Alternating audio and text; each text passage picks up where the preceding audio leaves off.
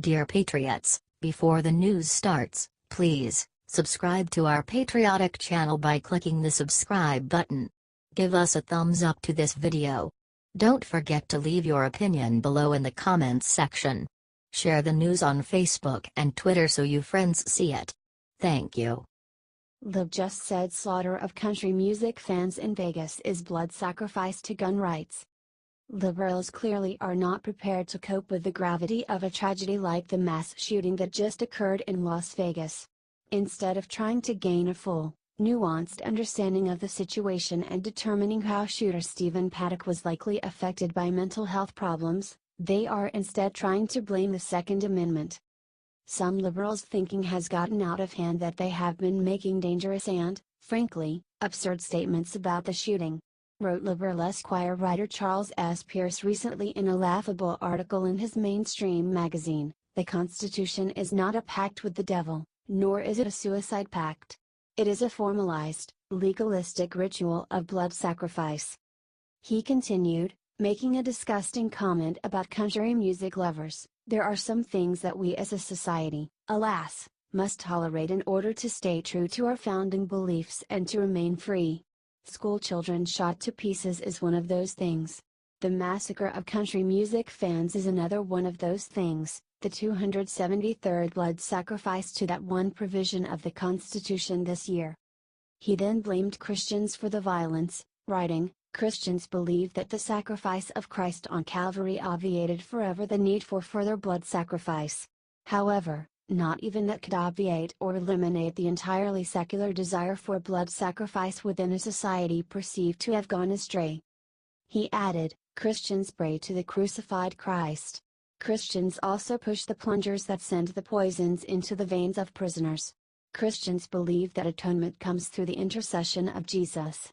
Christians also believe that atonement comes from smart bombs and predator drones. Do you think it's sick that a magazine with articles like this in it is sold in every supermarket and pharmacy?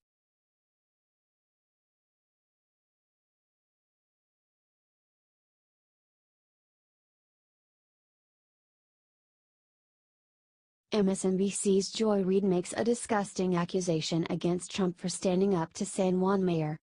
MSNBC's Joy Reid made a disgusting accusation against President Trump for daring to criticize the mayor of San Juan.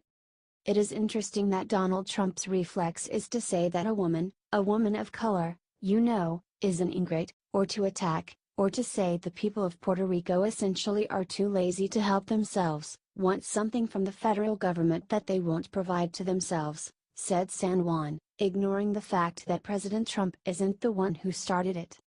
He actually went on that tweet storm, which was the most he had talked about Puerto Rico at all, a year to the day after he attacked Alicia Machado, the former Miss Universe. Donald Trump has a particular reflex to attack women of color, and to signal boost to his base this idea that people of color are lazy and dependent and won't do for themselves. He's sharing that with a large portion of his base, said Reid. He's evincing what we eventually did see in Katrina, this idea that the people who were, suffering in New Orleans were at fault, that they were people who were undeserving and unworthy. That had a racial component. This has a racial component, said Reid. The difference is George W. Bush wasn't leading the white tribalism that did eventually get turned on the people in the Katrina situation. Donald Trump is leading it, said Reid. Joy Reid is proving to be one of the most intellectually dishonest people on all of television, and that is saying a lot.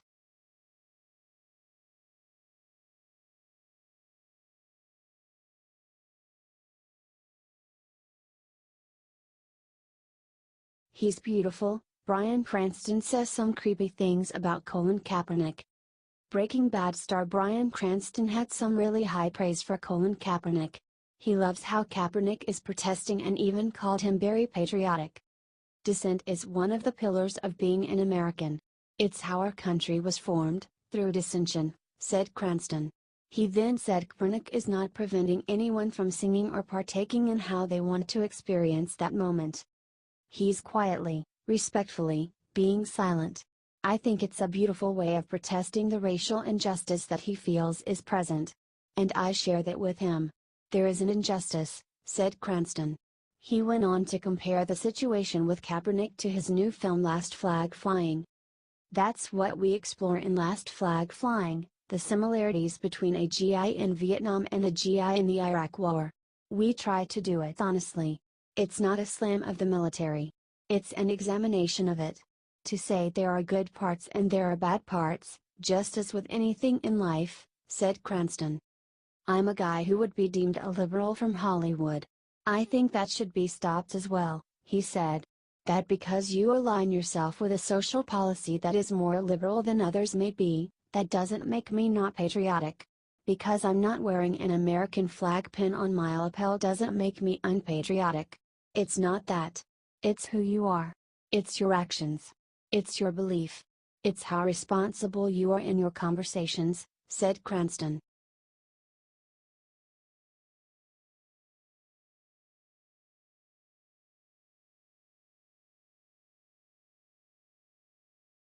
They hate this country. Jackie Mason eviscerates bratty NFL kneelers. Comic legend Jackie Mason just made an epic video blasting all of the so-called discriminated millionaire football players who are kneeling for the national anthem. How far is this gonna go? You think pretty soon they'll start holding their noses during the Pledge of Allegiance? Said Mason. Did you hear about all these actors who have all this sympathy, and they're all identifying with everybody who's down on their knees? They're walking around, as soon as they see somebody, they get down on their knee. You know why? They're looking for an opportunity to show you how they can't stand this country. The more money they make, the more they hate this country, said Mason. How do you suffer from discrimination with $3 million in each pocket? Another reason they're kneeling is because they can't stand Trump, said Mason. Many football players have well over $3 million in each pocket. He also went after Robert Redford, who said that Trump should resign for the benefit of the country. How come he never told Bill Clinton to resign for the safety of the women in this country? Incidentally, I would ask Robert Redford to resign, but I don't know from what, because the man hasn't been working in 30 years, said Mason. Did you see Robert Redford's last picture? You know why you didn't see it? Because the only place it was seen was his own living room. It was also seen in his kitchen, but if you didn't go in for an omelet, you never heard about it, said Mason.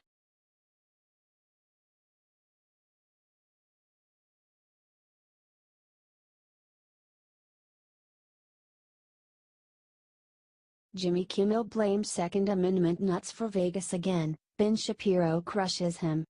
Talk show host Jimmy Kimmel blamed Republicans for the second night in a row for somehow being responsible for the shooting in Las Vegas. I'm not gonna get deep into it again, I said what I had to say last night. But I do want to say something to these nuts who spend most of the day today on television and online attacking those of us who think we need to do something about the fact that 59 innocent people were killed, said Kimmel. They say it's inappropriate to be talking about it because it's too soon. Well, maybe it's too soon for you, because deep down inside in your heart, you know you bear some responsibility for the fact that almost anyone can get any weapon they want. And now you want to cover yourself until the storm of outrage passes, and you can go back to your dirty business as usual, said Kimmel. But it's not too soon for us, because we're Americans, and the last time I checked, the First Amendment is at least as important as the Second Amendment, so we will talk about it, and shame on you for suggesting we do otherwise, said Kimmel. Conservative firebrand Ben Shapiro explained why Jimmy Kimmel is being such an idiot. Even the guns that he was using, I'm not sure there's any evidence that gun control would have done anything. He obtained his weapons legally, he had gone through federal background checks, there's no evidence of significant mental illness to this point, so all this seems like is people shouting, do something while they have no particular solutions and no expertise on guns or gun control.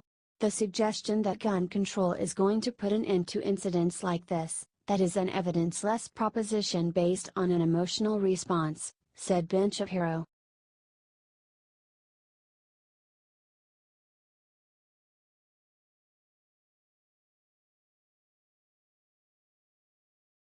Lawyer Lisa Bloom caught paying women shocking amounts of money to come forward against Trump.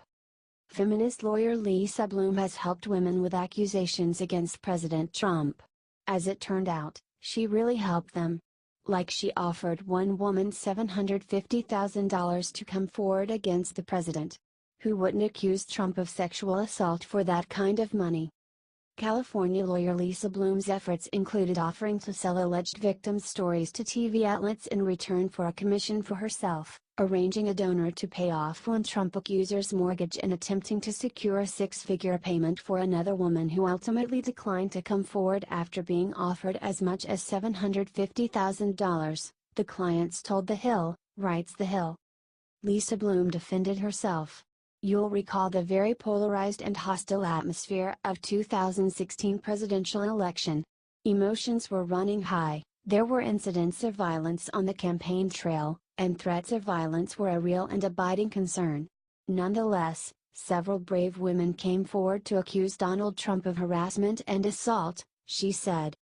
Donors came forward with offers of financial help to ensure the safety of the women who would come forward. I was happy to relay those offers of funds for relocation to a safer community and round-the-clock security, she said. I can say unequivocally that we did not communicate with Hillary Clinton nor anyone from her campaign. We did not communicate with the Democratic National Committee or Perkins Coie, the DNC law firm, about the Trump accusers. Your questions seem to imply that we were trying to use the prospect of donor funds to entice women to come forward against their will. Nothing can be further from the truth, she said. No one said against their will.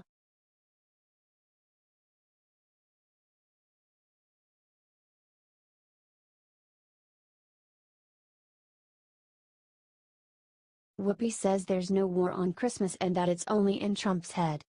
Liberals have been suing people who want to put up nativity scenes in public places, and former Rhode Island Governor Lincoln Chafee even went so far down the political correctness tunnel that he officially renamed the state capitol's Christmas tree a holiday tree.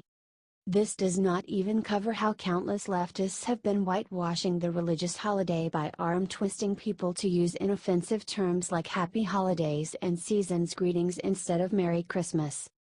Somehow, however, The View host Whoopi Goldberg believes that the well-documented war on Christmas exists solely within Republican President Donald Trump's mind. Goldberg began by slamming Trump for telling stores to say Merry Christmas again, while at the same time his Jewish convert daughter Ivanka tweeted Happy Holidays. Stated Goldberg, the president insisted to his supporters that Americans would be saying Merry Christmas again, despite the fact that nobody ever stopped saying Merry Christmas. So I wonder what he thinks about his daughter's tweet wishing everyone happy holidays. She went on, lots of people will say happy holidays because not everybody celebrates Christmas, but that doesn't mean that we all can't party during the holiday or the Christmas holiday or whatever, okay? Conservative Meghan McCain disappointingly backed her up, saying, I don't interject myself into the war on Christmas because I think it's gravely overblown. I've never said Merry Christmas to anyone ever and they've been offended. I don't think that's something that exists. Co-host Sunny Hostin then asked, so where is that coming from? Answered Whoopi, his brain. Do you think the biased hosts of The View are part of the war on Christmas?